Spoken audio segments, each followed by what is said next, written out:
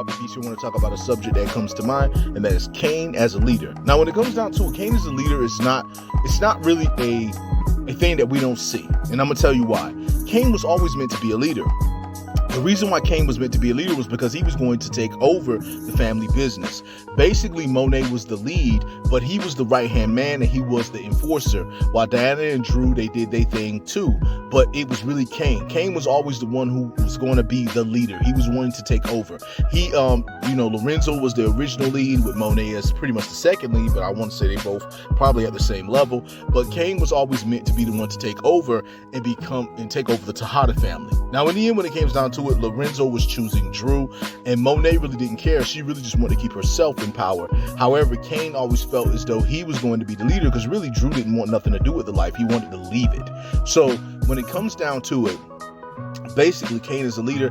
Kane is probably like he's more of an enforceful leader. He's more of a dude like he has a reputation and he's going to go out there and do some stuff too, but he's not that strategic. Now over time he's changed. He's become a little more strategic, but he goes right back to being the same old Kane that we know. As shown in book 2 Ghost season 3, he did mature. He was a little more settled, but then he went right back to being the regular Kane he always was. So the thing is with him is that he always makes sometimes sloppy decisions because he did took over the crew that was working for them, but then began opposing them. Because if you guys can remember, in season 1 of book 2 Ghost, you saw Kane as a leader when he left his mom, and then he pretty much took over the gang, and he was doing everything he could to take Tariq out, and they was just making very dumb choices. So Kane as a leader, I don't think he'd be a horrible leader, but I don't think he'd be a great leader either, to be honest with you. So when it comes down to it, this is most definitely something that I can say about him is that he'd probably be a mid-level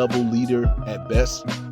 If I were to compare him to somebody, it'd probably be something similar to somebody like maybe Tommy. The thing is with Tommy is that Tommy was never really meant to be a leader, but he started learning how to be a leader over time. And as you can tell in Power Force, with season 2, Tommy is learning to become more like Ghost. And so that's basically why I say is that it's not that Tommy would be a bad leader. Tommy was always a leader, but he was not Ghost. But over time, he was learning to become a better leader. He was learning why Ghost was the way he was. And Kane would probably end up being that type of character if he was a leader. He would more than likely, he would, do a lot of stuff, that's not really up like good, but then eventually over time he would learn and he would get better. And I think that he does have the potential to be a good leader. But in comparison, Kane's always going to get the comparison to Kanan.